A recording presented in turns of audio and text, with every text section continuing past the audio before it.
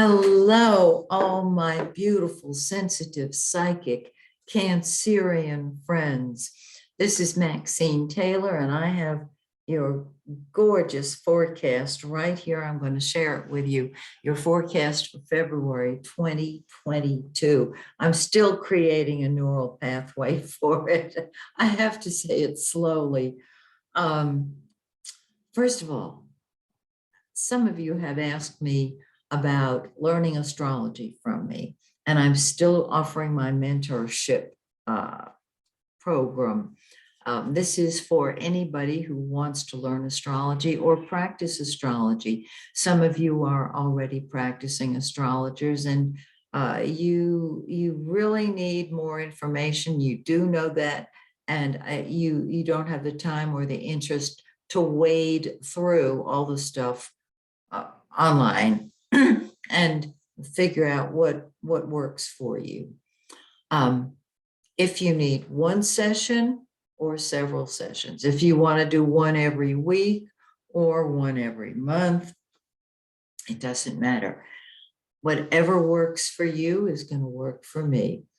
We have face-to-face Zoom sessions, just the two of us, 1 hour a piece.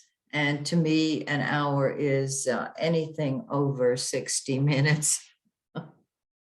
Because, if I'm in the middle of a thought, I'm going to finish it, and then you might have a question. And so it's a loose hour, of course. I try and stick to an hour so that you can go about your day, of course. But if you're interested, go to my website, MaxineTaylor.com. All the information is there. All right, now let's look at this gorgeous forecast. Oh, just beautiful. First of all, Mercury, as we know, has been retrograde. At this point, I don't have to explain that to you. I know you know what it means. You've lived through it. Okay, it's going to go direct on the 4th, just a couple of days from now when I'm recording this, which I think is fabulous, but it's going to move into the shadow of the retrograde. So it's going to feel like Mercury is still retrograde until the 24th. And so what you're going to do is use this shadow as an opportunity to tie up all those loose ends that you didn't tie up when Mercury was retrograde. Venus is in the shadow of the retrograde also. So the tag team goes on. Venus will come out of its shadow on March 1st. So, it's still going to be a little crazy. It is not you. You're not alone. The whole world is feeling it. So let's talk about Mercury. Mercury, the blue planet, is in your 7th house of relationships, whether it's a romantic relationship, a marriage, a partnership, or a business relationship. The 7th house also is the public. And so if you're interacting with others at this point in time, that's what the 7th house is talking about. Wherever Mercury is what we think about, what we talk about. And so you're really going strong, communicating. On the 14th, it will move into the 8th house. And that's when you become a psychic detective, and you're looking then beneath the surface at what is going on. Anything in the 8th house undergoes a transformation. And so your thinking is going to undergo a transformation. You're going to get to the bottom of things. This is you being the true psychic detective that you are. But we can't leave the 7th house until we talk about Mars, the red planet, and Venus, the pink planet. Venus is love.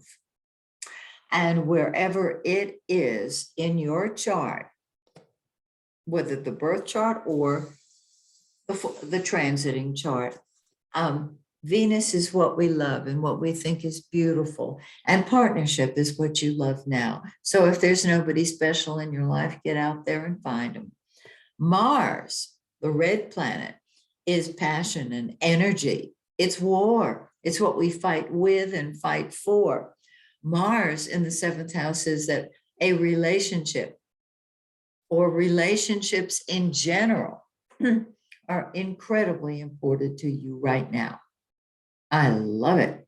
Now, from the 13th through the 15th, Mars and Venus are going to be conjunct, meaning they're going to be in the exact same degree and they're going to be just sitting right on top of each other.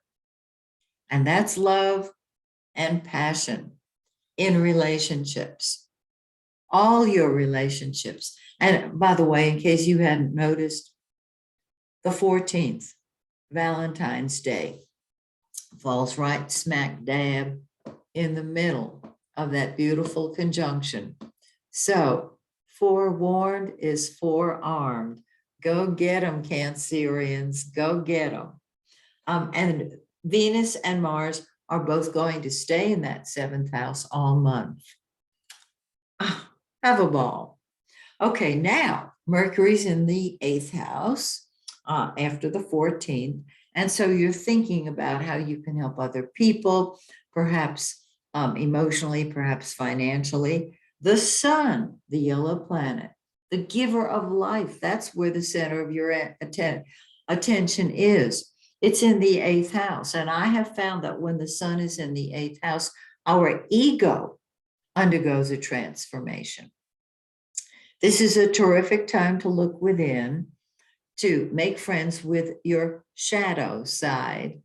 And because the shadow side is the part of you that guards all of your secrets, and ask it to gently share those with you so that you can transform them, transmute them, and rise above them, which you will do because on the 18th, the sun moves into the ninth house of the higher mind, of long distance travel and higher education.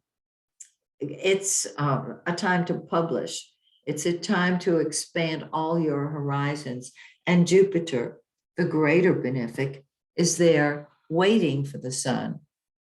And Jupiter blesses everything it touches. It's in its own natural house. And so it's time to expand your concepts, your beliefs, your principles, and you are seeing a much bigger picture. It's gorgeous, just gorgeous. Now we have a new moon on the 1st in 12 degrees Aquarius. So it's in this eighth house. And that's where the energy starts flowing. You're resurrecting yourself. You're resurrecting, that's the sun. You're resurrecting your thoughts. Beautiful. It's transformative. And find 12 degrees Aquarius in your birth chart, in your natal chart, and combine it with this, and you'll have the total picture. So the energy starts moving with the new moon. 2 weeks later, on the full moon, everything comes to a head in your second house of money. Money. You might say, oh my goodness, we're getting closer to tax time. That's okay. You're getting closer to creating more money time. The full moon is in 28 Leo, and it's on the 16th of February. Find 28 of Leo in your birth chart. Allow a 5-degree orb on either side of that, and you will have the total picture. This is a really gorgeous forecast. And I look forward to sharing your March forecast with you next month. So until then, may the stars shine brightly on you and yours. Bye for now.